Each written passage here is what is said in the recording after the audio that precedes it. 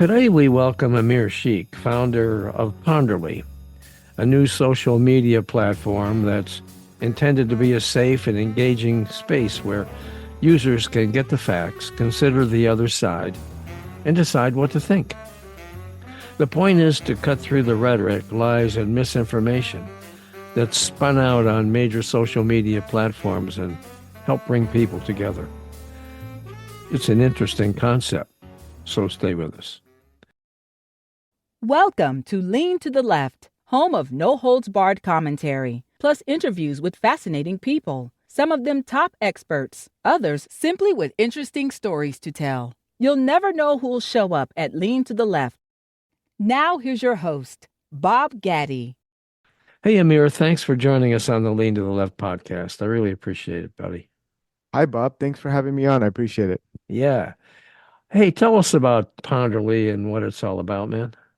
Yeah, sure. So Ponderly is been something that evolved from we called it 4B initially, and essentially it's an answer to the bias and misinformation and all of the other issues we see all around us in society today. And when you look at the mainstream social media platforms, when you look at the mainstream platforms, Right. regardless of what political side or group you're on, it's present and it's harmful. It's harmful to individuals, it's harmful to society. And so we wanted to offer an alternative that wasn't the same thing what everybody else is doing, which is, hey, trust me, I'm going to tell you the truth. So our strategy is a little different where we purposely present two sides of whatever the topic is. And we let you know there's two sides, and then you have the complete picture and you can be more informed and make better decisions. So that's essentially what makes us different. We also integrate a lot of social media features within the platform outside of the content that we do create. But really, it's an alternative to the options we have today. Was this your idea? Yeah. It was initially the idea came from that feeling of frustration with friends and family, just the disagreements, and you can see people who are just misinformed, all of the things I mentioned. And I Right. said I could just keep getting frustrated and bang my head against the wall or try to find a solution. And so that's where it started and it evolved over time. Okay. So now you have an actual company built to run this thing? Yep. Yep, we do. We have a small team and a lot of our writers are independent contractors. But yeah, no, it's been slowly growing and we've been really proud of what we've accomplished. Cool. All right. Your website states that Ponderly has a large, diverse group of writers. You just mentioned writers and editors who deliver short, fact-based content that's cited and easy to read. So tell us about that component of Ponderly. Yeah, we don't advertise it, but most of our articles, they're approximately 500 words range. And so each writer gets about 250.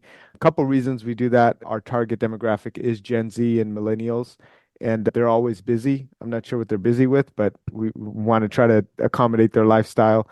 Also, it forces the writers to really get to the point. 250 words, as most people know, is not very many. And so you really have to get to the facts. And the processes, they have a guideline, and then we have internal editors that, that also go over it. And then we have a third person that checks it as well. And it's really important for Ponderly to stay neutral in this process, regardless of we're all humans, everyone that's part of the team, but we have some ethics and some procedures, and then we check each other to ensure that it doesn't even come down to the facts. A lot of it is you can give somebody a little bit more coverage or you give someone a little bit more time or less time, or whatever. There's so many different ways to insert like bias, both consciously and unconsciously. So we have to really be careful and cognizant of that. Yeah, Amir, I was just wondering, do you have a news background, a journalism background? I do not. No, I do not. I come from a business world, so Okay. I don't have that background at all. But you have people that do who are on your team, right? That's correct. Yep, I'm probably the least qualified on my team. The guy in charge is the least qualified. That's always Yep. good. Is there a way on Ponderly for subscribers to comment on articles or otherwise express their views regarding the content?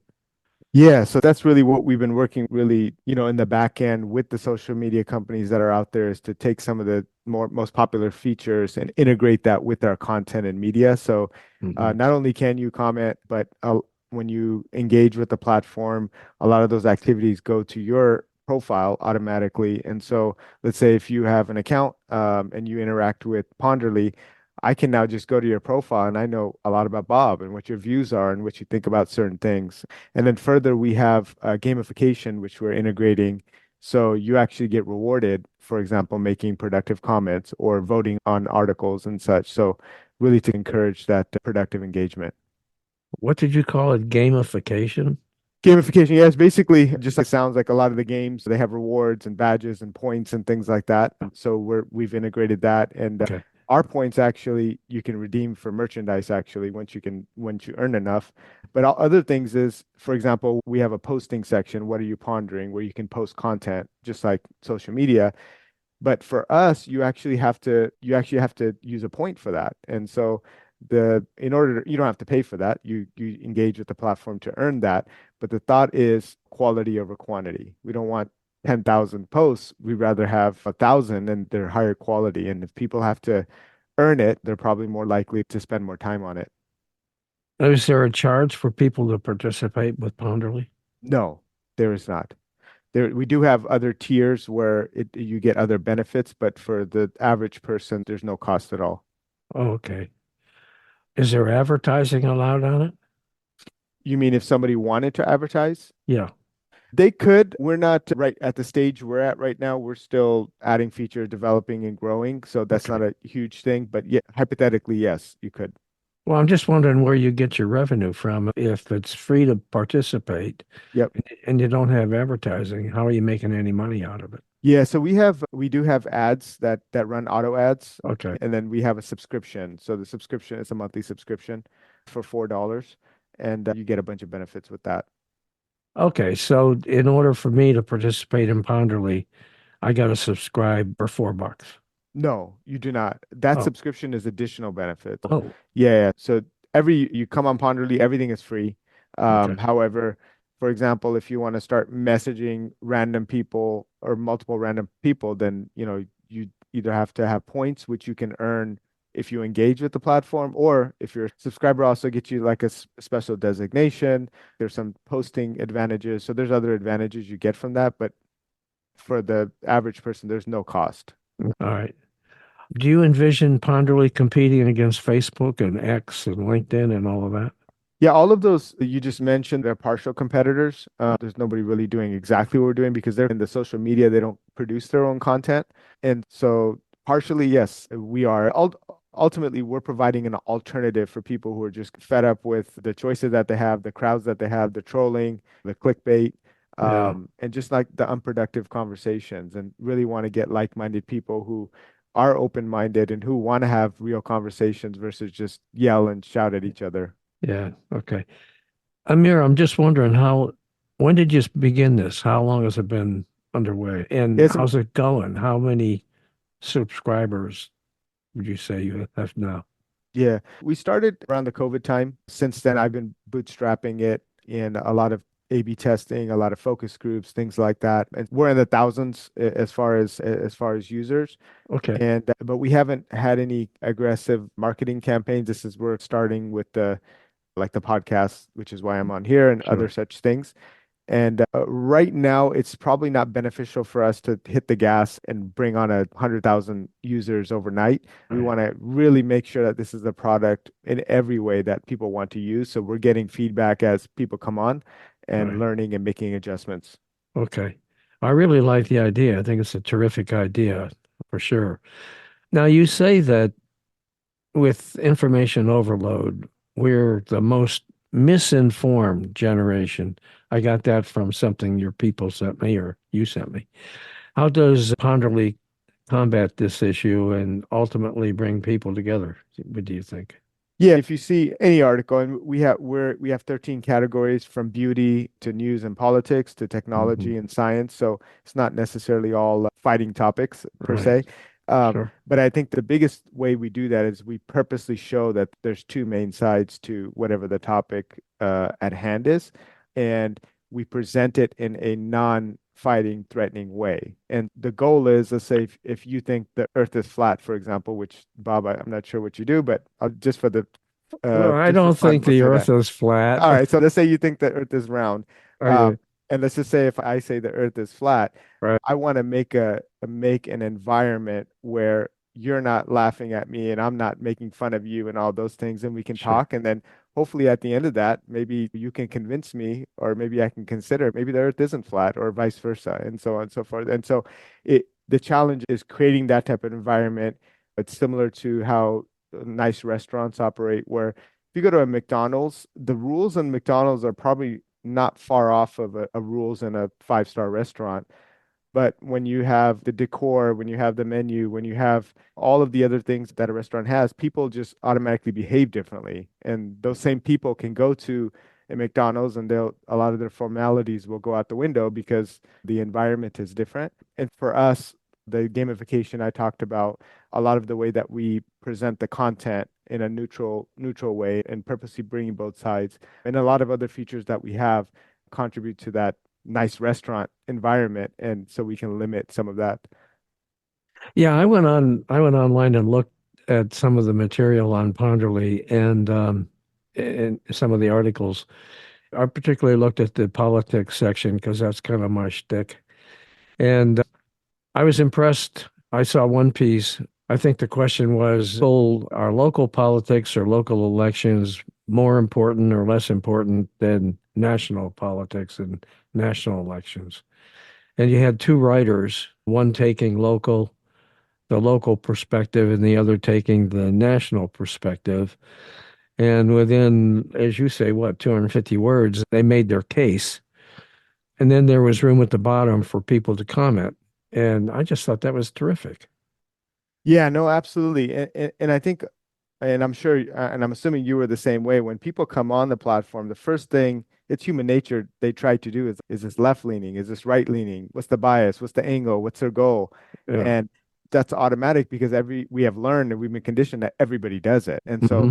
that's really where we're different, and we really have to gain that trust, and we have to make sure we never compromise, is keep that neutrality regardless of, again, we all have our personal views, but those views Sure. can never manifest on the platform. Okay. So we've seen a lot of commentary, and I've had people on my show talking about this all the time, about the harm that social media has placed upon our country with people being so fighting against each other all the time, almost. It seems like most people participate on platforms where they feel comfortable. So right wingers are on the right wing platforms and left wingers are on the left wing platforms, and never the twain shall meet. So they end up in an echo chamber where differing views are not expressed. And that's just the opposite of what you're doing. Yeah, no, our strategy is not to create tribes or bubbles or separate groups. Our goal is to bring those groups together, or at least expose the groups, and in a productive discourse environment. Okay. And I think, yeah, it's really important that what you just mentioned, that issue, is to first of all be aware that most people don't even know that they're participating in that. They think that because they're in the bubble, they're in their own bubble. And Really? the first step is really just to understand, hey, I am in a bubble. We all are to a certain extent in a bubble. It's Right. just some of us are more or less aware of it. What do you see as the future for Ponderly and what do you want to achieve overall? Yeah, I think once we get some of these last minute tweaks in, it's really going to be an alternative for a lot of the social media. You have your X, you have Instagram, you have TikTok to a certain extent in this category. And then you have the media from the top, like the CNN and the Fox, and then we can go down the list of all of them. Mhm. And I think a lot of the trolls, I'll use troll as the word for now, and Okay. extreme people on every side unfortunately take up most of the bandwidth, and they represent the masses even though they don't represent the masses. And social media is partially to blame for that because a lot of the algorithms promote extremism or some of the loudest or obnoxious people. But I think the majority of the country and the majority of the world, people are generally good and people are not crazy and they generally don't want to cut each other's heads off. And so I think that's where we want to focus on for the most part, is that majority who's like, you know what? I do listen here or I do participate here, but I'm not really happy about it, but I don't really have a choice because Right. this is the best option I have. And so for those people, I want to provide this platform where they really have a viable alternative where they don't have to sacrifice any of their functions and they can be happy and feel at home and connect with people who also feel the same way as them. Now, you mentioned that you guys are doing some tweaks. You have some things you want to fix and improve still. But people, you said you have about 1,000 subscribers. So how can people get involved now? Yeah, we're on the App Store and the Google Play Store just under Ponderly, Ponderly. Okay. And yeah, we're more than that. We're in the thousands, but yeah, I think you just download the app, check it out, and participate, comment, and we're adding features on a regular basis. But this is Okay. something that is a grassroots movement that's not only a good platform, but it's also, I think, much needed in society today. Amir, this is only though on iPhone, right? No, it's on Android, Google Play Store. Yeah. Okay, but you can only do it on your phone. You can't do it on a desktop. No, we do have a website as well. We really don't like to direct people there because the user experience is not the greatest on the website. Okay. It's designed for the app, so the App Store and then the Google Play Store is where the preferred is. But we do have a website as well. Okay. But for most people, they should participate by using their phones, either an iPhone or their Google phone or whatever. Yeah, just go to their App Store and then just type in Ponderly, and Yeah. we're the only Ponderly. Yeah. Where'd that Check out name the app. come from, by the way? Yeah, that's a fun because we started with 4B around the time of COVID, and that was short for fourth branch of government, which is obviously no branch, it's the people. And then as it evolved, and we did a lot of, again, focus groups and a lot of hair pulling and going back and forth, and also what was available. And so Hmm. Ponderly was pondering was Okay. the thought, and then Ponderly was available, Mhm. and that's how it came. But it actually was shockingly a very long and a stressful experience to get to that level. Yeah, I imagine so, but it's a cool name. I like it. What about people that want to write for you guys? Yeah, What so should they do? we do have a writer base. I think there's a submission process. So if someone is interested, they can submit their resume to submissions@ponderly.com. And so we do consider other writers. We have in-house editors, so they go through and evaluate their pieces and then go from there. But we do take writers in. Yeah. Okay. All right. Good. Do you have anything else you'd like to add? Yeah, no, I think for now, I really appreciate your time and I appreciate everybody that's listening and I would love the support. Just Ponderly, like I mentioned, on the App Store, and Okay. we'll continue to grow and make a positive difference in society. Yeah, I hope you enjoyed this Lean to the Left video and that you found it interesting and informative. Please come back on a regular basis and check out our interviews with guests on topics that focus on progressive politics and the important social issues of our time. Our interview shows stream on Mondays and sometimes Thursdays, and you can check out upcoming shows, guests, and topics at podcast.leantotheleft.net. And you can subscribe to our interview version there and to our video shows here at YouTube. And follow us on social media, Twitter at LeanToTheLeft1, Instagram at LeanToTheLeft1, TikTok at LeanToTheLeft, and LinkedIn at Bob Gaddy. Now, I hope you'll support Lean to the Left too, so we can keep things going. Just click on the Donate tab at the top of the leantotheleft.net homepage and contribute by buying me a cup of coffee. That'll really help and would be much, much appreciated. Now, this is Bob Gaddy signing off for Lean to the Left. Thanks for sharing your time with us.